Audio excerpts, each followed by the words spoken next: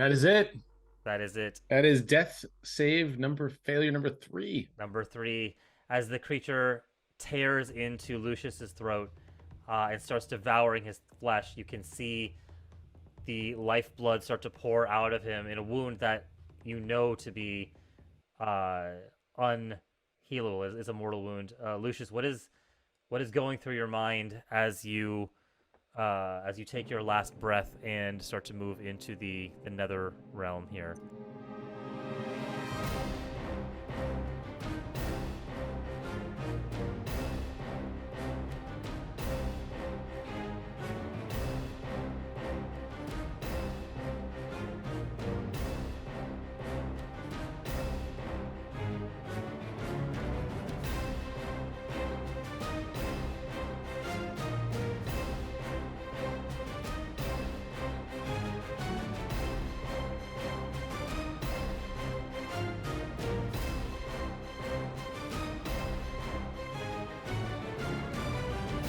Hey everyone, welcome to a very special episode of Point of Order, our weekly discussion of the D&D 5e rules, occasionally interrupted by some actual role playing. Perhaps today even more role playing than normal. This is episode 11.5, maybe 12. We'll figure out the numbering afterwards. 0.25. 0.25 of our campaign All the Time in the World. So without further ado, let's jump back in to our story. When last we left our intrepid adventurer, Lucius, you had seen clear blue skies stretched out before you. Endless sea of clouds, big white puffy clouds stretching across below you to the horizon. The sun at your back, a turbulent and vibrant wind soaring beneath you, lifting your wings, carrying you off into a distant, peaceful horizon. And as you sort of close your eyes and embrace the final swoop into the air that would take you to points beyond, things that you are not quite familiar with yet, you are suddenly halted in your tracks. Almost as if a force from behind you had grabbed your feet and suddenly yanked you backwards. Your wings kind of splayed out before you, feathers kind of flying off into the wind, and you find yourself frozen in space and in Bro, not time. cool, man. Bro, not cool. You look behind you and you see the sort of diaphanous curtain kind of occluding the entire space behind you, maybe about 500 to 1,000 yards somewhere behind you, sort of gently wafting in the wind, and you find yourself being drawn back towards it, slowly at first, losing ground, but then more rapidly over time. And as you start to hurtle backwards at a faster and faster velocity, this huge translucent curtain beyond which you can only barely see the vaguest hints of a reality you once knew, a dark room, shadows of these strange reptilian lizard-like creatures that were swarming all over you, and smiles, strange runes kind of dotting the walls. You find yourself in the midst of this sort of veil all of a sudden, kind of surrounded by this translucent diaphanous curtain, kind of lost in it. You can't feel it, but you can certainly see it, and it's occluding your vision. On one side, you see, like, through this curtain, the expanse of sky you were just in. On the other side, the darkness of the room you had just inhabited. And while you're in this area, you are brought to a halt in this sort of in-between realms, this in-between space between the realms. And you hear a voice echo from all around you. I am not done with this one yet. Bro, man. Who said that? A moment passes before you start to feel the sigil emblazoned on your chest, placed there by the Argent when you were inducted into her secret society, start to burn through your feathers and reveal itself, glowing a very bright silvery light. And it is then that you hear another voice echoing from around this area. Forgive me. I did not realize you had your eye on this one. Please, please. I think his time is not yet finished in this world. Rose, not cool. Who are you talking about? What's going on, man? The first voice rings out once more. You dare to interfere. And the second voice once again. I did not know. No. It was not a conscious decision. I would never defy you. Okay, there seems- something's going on. Don't know what this conversation's about. Doesn't sound like it's about me, so I'm just gonna go back to that cloudy, cool sky place where I can do some awesome cloud surfing. So you just let me go, and he like tries to like air swim or like wings, like he's trying to do everything he can get there. Okay, go ahead and make an athletics check for me. You're essentially, what I'm going to say is, for all intents and purposes, kind of restrained at this point. That's a 7. That's a 7. You struggle against whatever force that's kind of suspending you in this in-between place.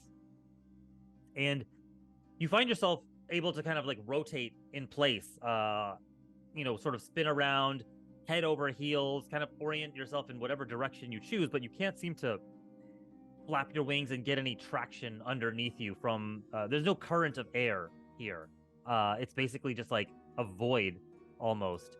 And you find yourself just kind of floating in nothingness. The voices sort of continue, and there was a back and forth between them, this hollowed kind of whispery back and forth. And I need you to make a perception check.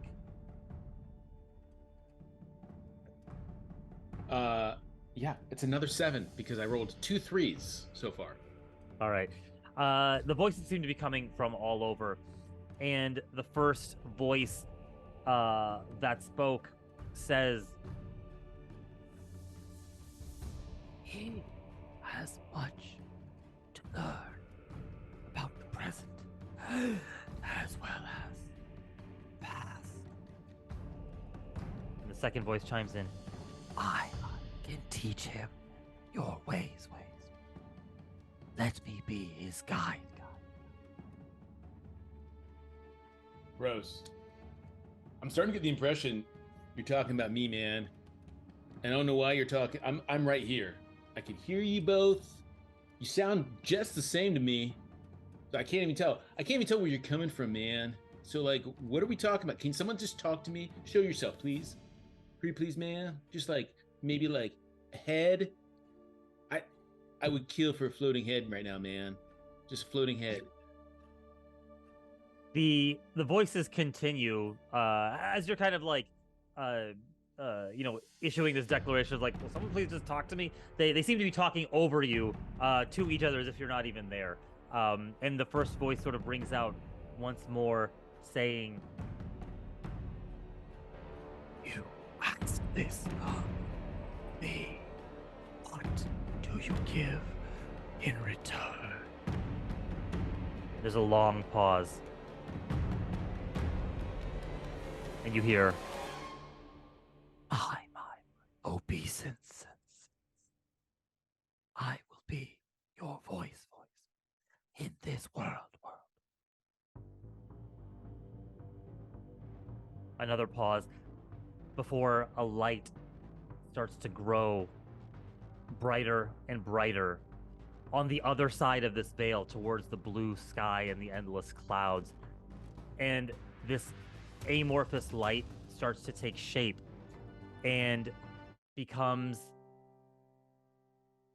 starting in sort of a spherical, bright orange yellow sort of flash of light. It starts to grow and extend, and you see a pattern of wing-like appendages start to flare out from it, and a bird-like head, rise from the center at the same time, while a long plumed tail of bright multicolored feathers, blues, reds, oranges, kind of flare out from behind it as well. And from this sphere appears like this massive bird-like figure with this imperious gaze, these solid black pupilless eyes that stare not at you but through you.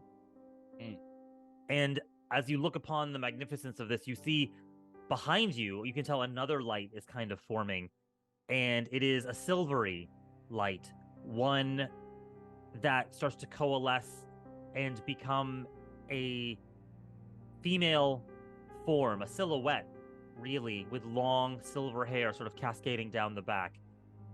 And you can see that the symbol on your chest is starting to flicker, and the silver radiance that was once there is starting to glow a golden kind of color, like almost like rose gold, like reddish tint sort of tinging it, and it's kind of flickering between these two vibrant shades.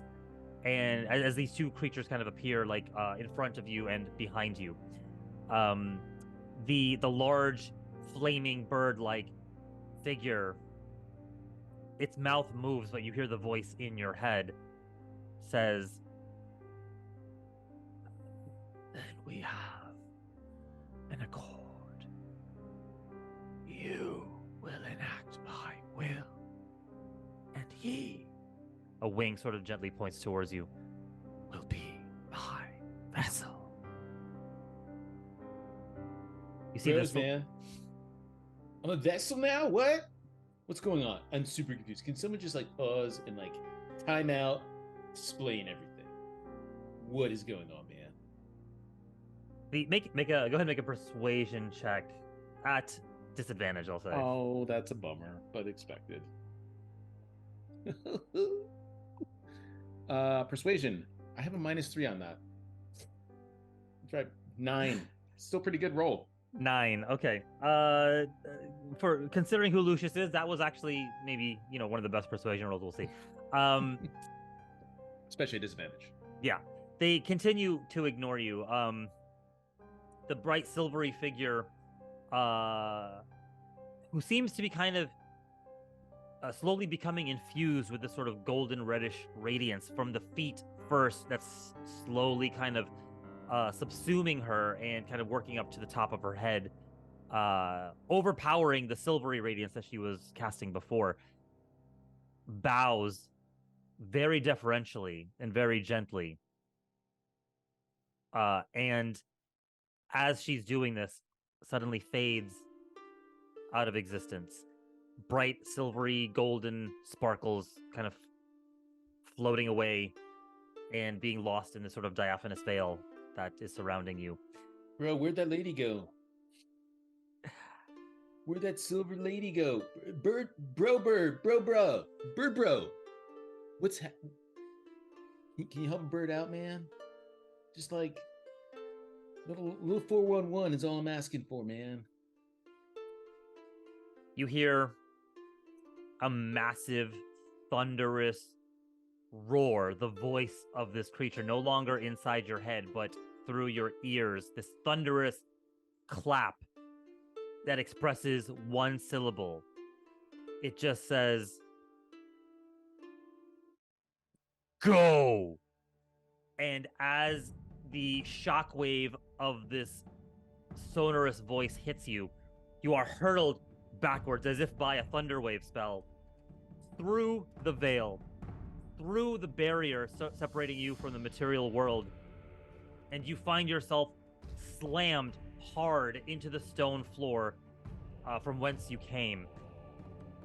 Random images start flashing through your mind of your childhood and strange memories that have long since buried and are only just starting to surface now of powers, of strange sort of magical energy emanations kind of coming from you, and your parents giving you a sort of like panicked look, a look of fear, a look of, abject sorrow in your mother's eyes and disgust in your father's eyes. Mama, no, I'm cool. It's good. I got under control, Mama. No. The image kind of disappears and flashes to another instance where you're sitting on a floor in your room, your childhood room, playing with toys, with dolls of Aarakocra, finely crafted dolls with actual sort of feathers.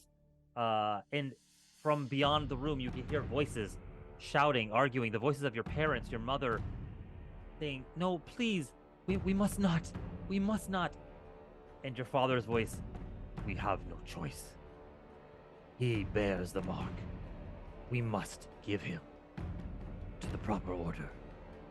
Tears, arguing, shouting, going back and forth before the vision sort of obfuscates itself again and reappears on that first day where you were handed to the monastery. Tears rimming your mother's eyes. That same look of loathing and disgust in your father's as he slowly but firmly pushes you towards the waiting arms of these monk-like figures who would be the only caretakers you'd know for many years to come. Dad, bro! No! There is no look of repentance or mercy in his eyes.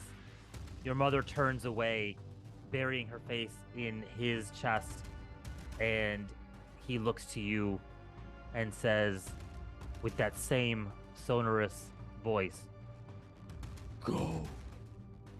Again, you are hurtled out of this vision, cascaded through time and space, until something grabs you by the foot, dislodging you from these various random images of your past that are kind of whirling past you.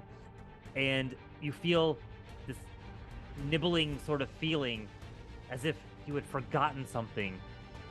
But that nibbling feeling turns into actual pain on your foot, and you look down and you see with open eyes now, realizing where you were, that one of these creatures that had just slain you, one of these lizard-like creatures, is gnawing on your foot. And you wake up in shock and horror to find your hands before you. You can see them. You can see your feet. You can feel the pain of this creature. You're alive. Rose, man. You're alive again. What's going on, man? Get off my foot! And I kick it. I need you to roll for initiative. Oh, that's not good. That is 13. 13. All right. That is actually better than what I have. You are going to go first. What you see before you is a scene of carnage. You see two of these larger adult-like creatures moving towards the body of Smiles, who lies there in what state you are unsure. And one of these smaller creatures is gnawing away at your foot. What do you do? Well, all right. I'm gonna. Wait, sorry. Before you say anything, I also need you to make an insight check for me. No, my dice fell. I'm so excited. 8. 8. All right. You feel something. You're not quite sure what this is. There is possibly I just died and came back to life. That's a reasonable assumption. But beyond that, what you feel right this minute, right this second, is some sort of something swirling inside your chest. You look down and you see the symbol that the Argent had placed on you is no longer there. Rather, it's there, but it is the bright silvery light that it was emanating before is now dull, and it looks like you just have like a ring of silver, like dull silver kind of tattooed on you. But there's something inside that's kind of swirling within you, and you're not quite sure how, like, it's uncomfortable, but also exhilarating at the same time, and you feel like it needs to be let loose. Is the best way to describe it. But it is your turn now. What do you do? Well, my immediate thing is to get this thing off my foot. Okay. So I'm gonna. I think I'm just gonna kick it in the face. That would be the natural thing to do. Like, all right. Go ahead. "Whoa!" Go ahead and make an Whoa! unarmed strike against it. I am not rolling well tonight. Unarmed strike. 15. 15 hits. Go ahead and roll damage. All right. That is 1d4. All right. So that's 8. 8 points of damage. You yank one of your feet out of its mouth and then use the other to kind of like spin around on your back, clocking it with your other foot, and you hear the satisfying crack of its carapace as your heel connects with its lower jaw and just like dislodges it. All this blackish green ichor starts spilling out of its jaw, and the tiny creature just collapses to the ground, dead, twitching in its death throes. You can stand up with it. Go ahead. You can use half your move to stand up if you'd like. I will do that, but I'm gonna do it in the most acrobatic way possible. Like, imagine someone just coming back to life. He's gonna do this, like, the legs up flip, but it's not gonna be that. It's gonna be the legs back, and then he's gonna flip and then spin and then flap his wings and then like superhero move with his wings like billowing. So hell yeah, it's gonna be like a superhero Aarakocra move. Yeah, go ahead. Actually, roll an acrobatics check for me. Come on, baby. It's only a 22. 22. I'll say that with this massive flap of your wings and this super dexterous flip, you can stand up, and you don't even use half your move to stand up. You are just like in the air. So what am I looking at? 2 full-size guys? They're both sort of heading in, about to surround Miles' body, and it looks like Smiles' body, and it looks like they're about to like rend him limb from limb. Okay. What about that feeling I have? There was something. Do I feel different now that I've done this power move? And do these guys see me? They have not seemed to notice you. They seem to be beelining towards the fresh meat corpse on the ground. That feeling, with your insight check, you're not going to be able to figure it out at this moment. Okay. But maybe on your next turn, you might have another chance. Given the thrashing I received from these guys earlier, I'm going to just fly right at him at Smiles, and grab him and try to like beeline for the hallway we came through. Okay, got it. So you go ahead and move towards it. He's only about like 10, let's say 15 feet away from you. So you move in a beeline towards him. The creatures, as you're approaching, suddenly take notice of you and are going to whip around and attempt to attack you.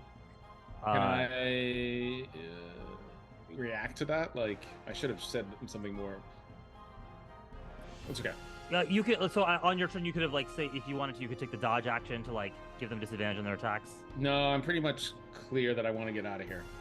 Okay, got it. There's been a lot of trauma induced in this room. Got it. All right. So as you do so, as you fly down, they are going to leap forward and attack you. As you approach, however, they seem to be shying away from you, and this is all happening in the span of like a couple of seconds. You're rapidly approaching, and they seem to be like kind of holding up their hook-clawed feet in front of their compound eyes. And you notice that as you look down, your body is shedding this golden sort of radiance that's getting brighter and brighter by the second. And whatever that feeling was inside your chest seems to be moving all the way around your body, and it seems to be like exuding from every pore in your skin. They're going to attack you. They're somewhat blinded, so they're gonna have disadvantage on these attacks. All right. So this is first attack is a miss with disadvantage, and the second one is does a 15 hit you? Mm-mm. Okay, 2 misses. They both miss as they kind of claw wildly in the space where you just were, and you land on the ground, next to Smiles. It's going to be your turn at the top of the round. I need you to make another insight check for me. New dice. Come on, baby. Ooh, 19. 19. All right. As your feet kind of lightly touch the ground and you're standing there above Smiles and you're shedding this radiance, and these creatures are kind of like blinded, trying to avoid or trying to hit you. You suddenly come to grips with the fact that there is a power sort of bubbling, welling within you. And as it starts to crawl up your arms and into your fingertips, you feel in one hand a radiant kind of energy, a soothing, sort of healing light well up inside that hand. And in the other, you feel a more pervasive energy focused on the burning sensation, on like a bright sort of like radiant flame almost that you might be able to project and cause harm with. Okay. I'm gonna go with these feelings because I just died and some deity like things were talking and I don't know what's happening right now. So I'm gonna be like, bro, smiles, 1 sec, turns to those bad guys and goes, I don't know what's gonna happen, but go ahead and taste this. And then like he unleashes like the radiant energy, whatever. Okay. I need you to make a religion check for me to see if you have what it takes to kind of harness this power. 6, bro. 6. All right. The energy does come out of your hand. But you feel like you could have done more. You were maybe tentatively sticking your hand out in order to try to like, is this gonna work?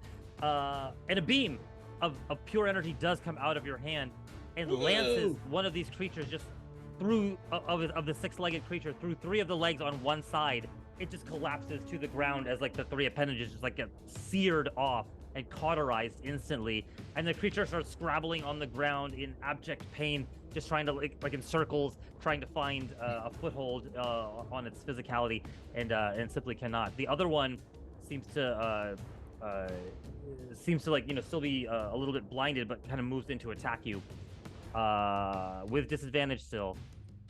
This is a 14 to hit, which I think will miss, and then oh, you know what? It should have actually gotten... Each of the creatures should have gotten more attacks, but that's fine. This time it does have multi-attack, so it will get... it's a 12 to hit with disadvantage, so... nope. All right, so... whatever light is shedding from you is holding these creatures at bay. It is your turn again. What do you do? I'm going to go with the energy from the other hand. I'm going to say, I don't know what's going to happen, bro, but... this feels good for you, maybe? And I touch Smiles with that hand. Okay. I need you to roll a d8 for me.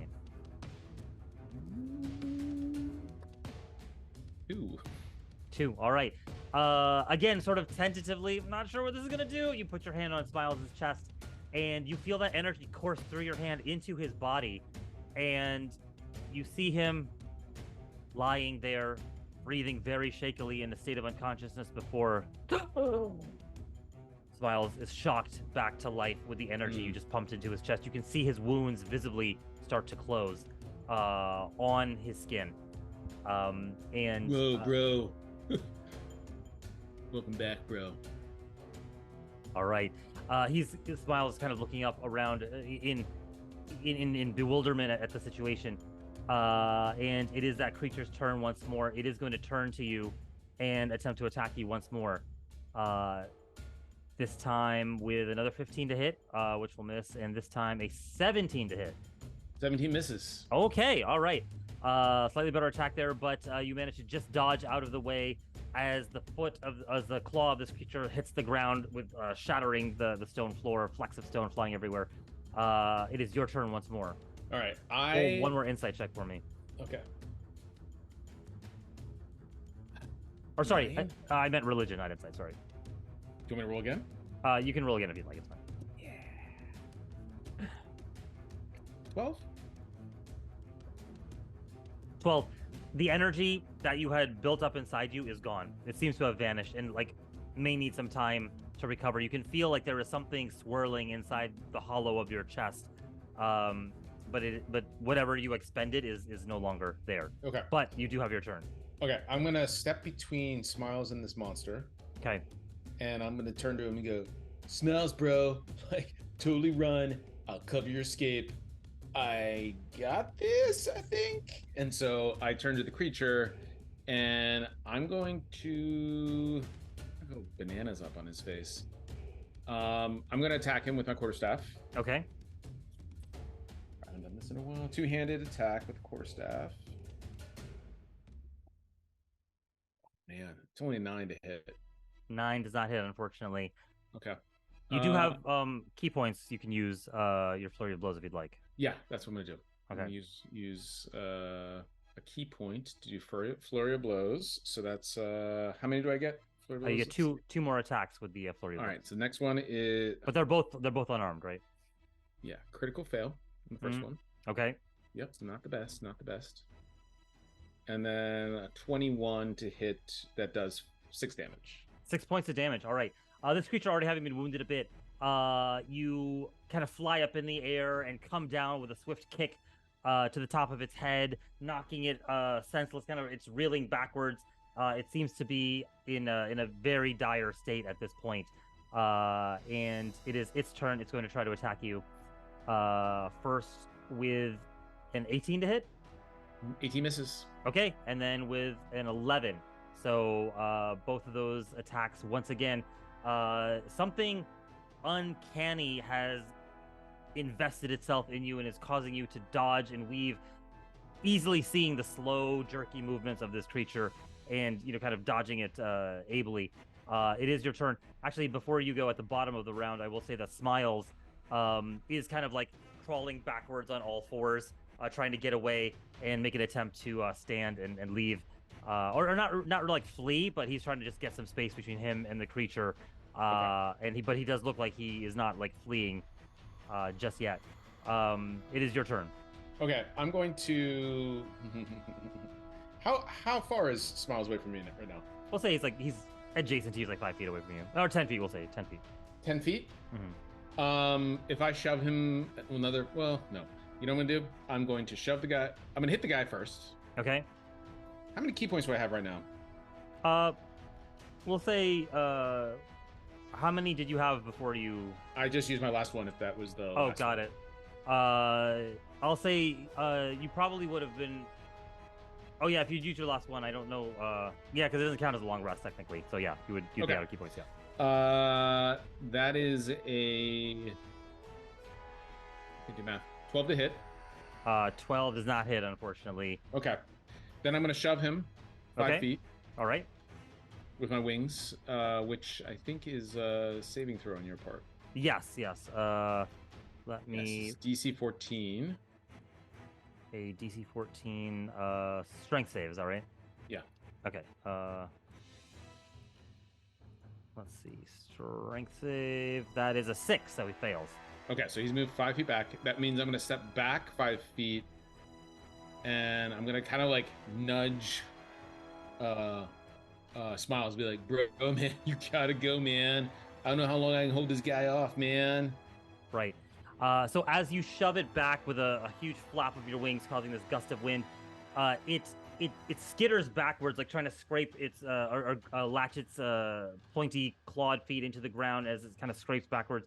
And as it does so, it kind of looks around and sees it is the only creature left. Its young have been destroyed.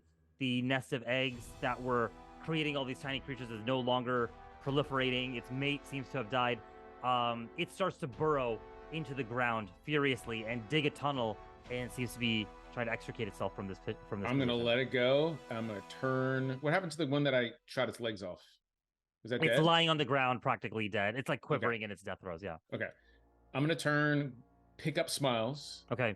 And I'm gonna carry / walk him out. I'm actually gonna try to pick him up and carry him out. Okay. All right. As the creature starts to escape, and you walk towards Smiles, he's staring at you, sort of wide-eyed. This figure of Lucius he seems to have an expression of bewilderment on his face as you're approaching, not quite sure what to make of you, and he says, well, gosh, Lucius, you look so different. What's going on? What happened to you, buddy? Bro, man, there's a time and a place for questions and answers, and now's not the time. I'm pretty sure I died. Pretty sure you died or dying. We're both not dead right now. That's a good thing, but let's get going. Okay, can we do that? Yeah, all right. I think that sounds like a really good idea. I think you're Yeah. so smart, Lucius. You're just so wise, and I think I think once you see how you look now, you might think that you're wise Yeah, too. yeah. Get moving, Smiles, man. I want to hear all about this when we're outside, man. All right. So you grab Smiles and kind of hoist him up from under the armpits, and carry him outside, the chamber through the short dark tunnel leading back to the room that you were first attacked from by these tiny creatures, and we will pick up from there in our next session. And as you regroup with the rest of your party and learn a little bit more about the fate of Lucius, or the fate of Roar and Valfire. Yeah. Do I know anything else about what happened to me? Or am I still like at this point? I don't know what happened to me. Yeah, I mean, I would say at this point, you haven't had a chance to process, right? Like you kind of woke up, Okay. you were just in the midst of combat, and now you're ushering Smiles out of the fray, and maybe once you regroup, if you can find your allies, you'll get a chance to figure out what might have happened. Cool. All right. Awesome. Love it. Down for it. In for it. Lucius lives to fight another day. That's right. Somewhat mutated. Very cool. Awesome. So thanks everyone for joining us for this little mini intercalary session of All the Time in the World. And we will pick up with our regular schedule next week.